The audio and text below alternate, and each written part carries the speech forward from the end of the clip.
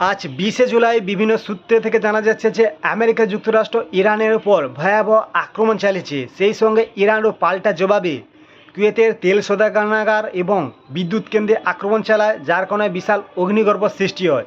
সেই আগুন নিভাতে গিয়ে কয়েকজন মানুষ নিহত হয় এবং কয়েকজন মানুষ আহত অবস্থায় হাসপাতালে ভর্তি করা হয়।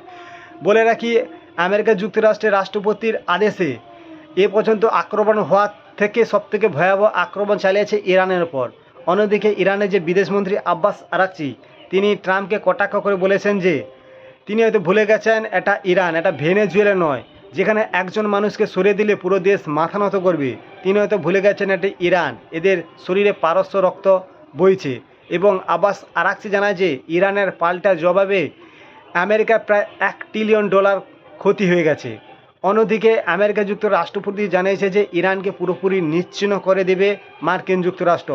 এর কারণ হিসাবে আপনি বলে রাখি, কয়েকদিন আগে যখন ওমানে ইরানি আক্রমণ চালায়, সেখানে ইরানের আক্রমণের ফলে আমেরিকার 2 জন সৈনিক মারা যায়, একজন নিখোঁজ হয় এবং 40 জন মানুষ আহত অবস্থায় হাসপাতালে হয়েছে, যার কারণে ট্রাম্পের মাথা ঘুরে গেছে এবং ইতিহাসে সবথেকে বড় হামলা ইরানের উপর চালায় মার্কিন যুক্তরাষ্ট্র।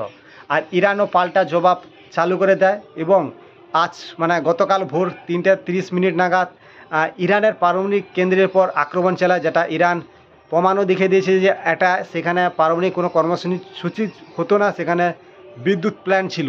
যার কারণে তিনি আমেরিকাকে একটা দেশদ্রোহী বা আন্তর্জাতিক আইন উল্লঙ্ঘনের দাবি জানিয়েছেন, বিশ্ব সংস্থার কাছে।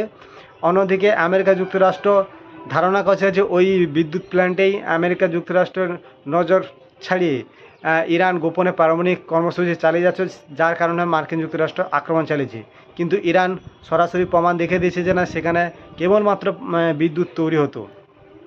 অন্যদিকে আমেরিকা যুক্তরাষ্ট্র যদি এই পারমাণবিক কেন্দ্রের উপর সরাসরি বোম হামলা চালাতো, তাহলে আপনারা বুঝতে পারছেন কতটা রেডিয়েশন ছড়িয়ে পড়তো ইরান সহ পার্শ্ববর্তী দেশগুলোতে। সেখানে আমেরিকা যুক্তরাষ্ট্র কোনো তোয়াক্কাই করেনি, মানব জাতির একটা কলঙ্ক হিসাবে ফুটে উঠছে পরপর আমেরিকা যুক্তরাষ্ট্র।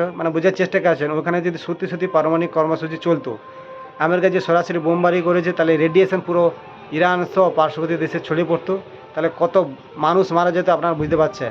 তো এই যুদ্ধ পরপর একটা আত্মঘাতীর দিকে চলছে, বাঁচা আর মরার মতন হয়ে গেছে এখন।